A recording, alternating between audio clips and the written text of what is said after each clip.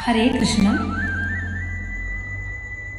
भगवान कहते हैं, हे महाबाहो, संपूर्ण कर्मों की सिद्धि के ये 5 हेतु कर्मों का अंत करने के लिए उपाय बतलाने वाले सांख्य शास्त्र में कहे गए, उनको तो मुझसे भली भांति जान।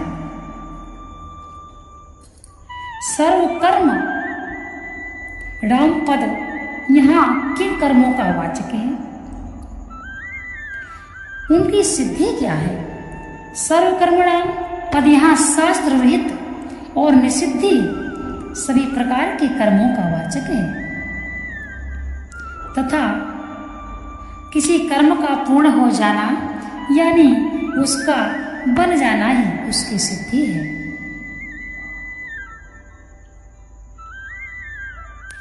उसमें संपूर्ण कर्मों की सिद्धि के ये 5 हेतु बतलाए गए हैं, उनको तो मुझसे जान। इस कथन का क्या भाव है, भगवान क्या कहना चाहते हैं। कृत नाम कर्मों का है, अतः जिस शास्त्र में उनके समाप्त करने का उपाय बतलाया गया हो उसका नाम कृतांत है।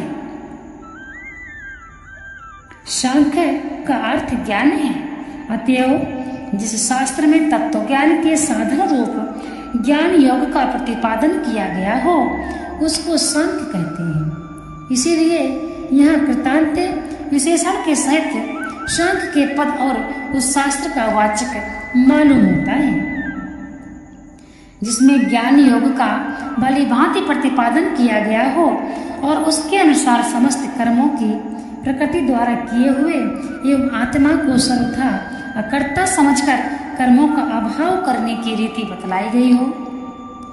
इसीलिए यहाँ संपूर्ण कर्मों की सिद्धि है 5 हेतु शांत सिद्धांत में बतलाए गए हैं, उनको तू मुझसे भली भांति जान।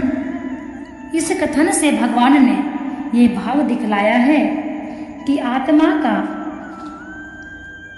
अकर्तृत्व सिद्ध करने के लिए उपर्युक्त ज्ञान योग का प्रतिपादन करने वाले शास्त्र में समस्त कर्मों की सिद्धि के जो 5 हेतु बतलाए गए हैं, जिन 5 के संबंध से समस्त कर्म बनते हैं, उनको मैं तुझे बतलाता हूँ, तू सावधान होकर सुन। इस विषय में अर्थात कर्मों की सिद्धि में अधिष्ठान और कर्ता तथा भिन्न भिन्न प्रकार के करण एवं नाना प्रकार की अलग अलग चेष्टाएं और वैसे ही 5वां हेतु दैव है। अधिष्ठानम पद यहाँ किसका वाचक है। अधिष्ठानम पद यहाँ मुख्यतः से करण और क्रिया के आधार रूप शरीर का वाचक है, किंतु गौड़ रूप से ज्ञात कर्मों में त्वदशीय क्रिया के आधार रूप भूमि आदि का वाचक भी माना जा सकता है। कर्ता पद यहाँ किसका वाचक है। यहाँ कर्ता पद प्रकृति स्थित पुरुष का वाचक है। इसी को 13वें अध्याय के 21वें श्लोक में भोक्ता बतलाया है और 3रे अध्याय के 27वें श्लोक में भगवान कहते हैं, मन बुद्धि और अहंकार भीतर के कारण है। यहाँ 5 इंद्रियां हैं और 5 कामेंद्रियां, ये 10 बाहर के कारण हैं। यानी 5 इंद्रियां और कामेंद्रियां ये बाहर के कारण हैं। इनके सिवा और भी जो श्रुव आदि उपकरण इत्यादि कर्मों के करने में सहायक होते हैं, वे सब बाह्य करण के अंतर्गत हैं। इसी प्रकार भिन्न भिन्न कर्मों के करने में जितने भी भिन्न भिन्न द्वार अथवा सहायक हैं, उन सब का वाचक है मनुष्य। अब भगवान यहाँ हमें जो समझा रहे हैं अर्जुन को, समस्त जगत का कल्याण है, इसमें सभी को समझना चाहिए। विविधा और पृथक इन दोनों पदों के सहित चेष्टा आदि पद का वाचक क्या। एक स्थान से दूसरे स्थान में गमन करना, हाथ पैर आदि अंगों का संचालन, श्वासों का आना जाना, अंगों को सिकोड़ना फैलाना, आंखों को खोलना और मूंदना, मन में संकल्प विकल्पों का होना आदि जितनी भी हलचल रूप चेष्टाएं हैं, उन नाना प्रकार की भिन्न भिन्न समस्त चेष्टाओं का वाचक यहाँ विविधा और पृथक इन दोनों पदों के साथ चेष्टा पद है। यहाँ दैवम पद किसका वाचक है और उसके साथ पंचमम पद के प्रयोग का क्या भाव है? पूर्वकृत शुभाशुभ कर्मों के संस्कारों का वाचक यहाँ दैवम है पद है। प्रारब्ध भी इसी के अंतर्गत है। बहुत लोग इसे अदृष्ट भी कहते हैं। इसके साथ पंचमम पद का प्रयोग करके पंच संख्या की पूर्ति दिखलाई गई है। अभिप्राय यह है कि पूर्वी श्लोक में जो 5 हेतुओं के सुनने के लिए कहा गया था, उनमें से 4 हेतु तो दैव के पहले अलग बतलाए गए हैं और 5वां हेतु यहाँ दैव है। बहुत ही ज्ञान की बात है। यदि आप मन लगाकर इसको समझते हैं तभी आप इसको समझ सकते हैं। मनुष्य मनवाणी और शरीर से शास्त्रानुकूल अथवा विपरीत जो कुछ भी कर्म करता है उसके यह 5 कारण हैं। नरः पद यहाँ किसका वाचक है और इसके प्रयोग का क्या भाव है?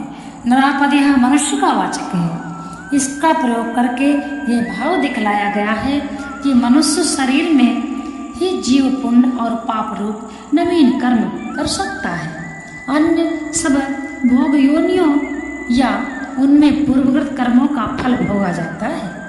नवीन कर्म करने का अधिकार नहीं है। शरीर शब्द से इसका वाचक किसका, वाक से किसका और मन से किसका ग्रहण होता है? यहाँ इस पद के प्रयोग का क्या भाव है?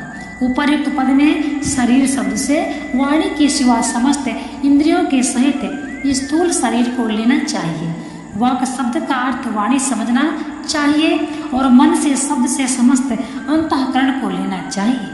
मनुष्य जितने भी पुण्य पाप रूप कर्म करता है उन सबको शास्त्रकारों ने कायिक, वाचक और मानसिक इस प्रकार के 3 भेदों में विभक्त किया है। यहाँ इस पद का प्रयोग करके समस्त शुभाशुभ कर्मों का समाहार किया गया है। न्यायी पद किस कर्म का वाचक है? वर्ण, आश्रम, प्रकृति और परिस्थिति के भेद से जिसके लिए जो कर्म कर्तव्य माने गए हैं उन्हें न्यायपूर्वक किए जाने वाले यज्ञ, दान, तप, विद्या, अध्ययन, युद्ध, कृषि, गोरक्षा, व्यापार, सेवा आदि समस्त शास्त्र विहित कर्मों के समुदाय का वाचक है। यहाँ न्याय पद है।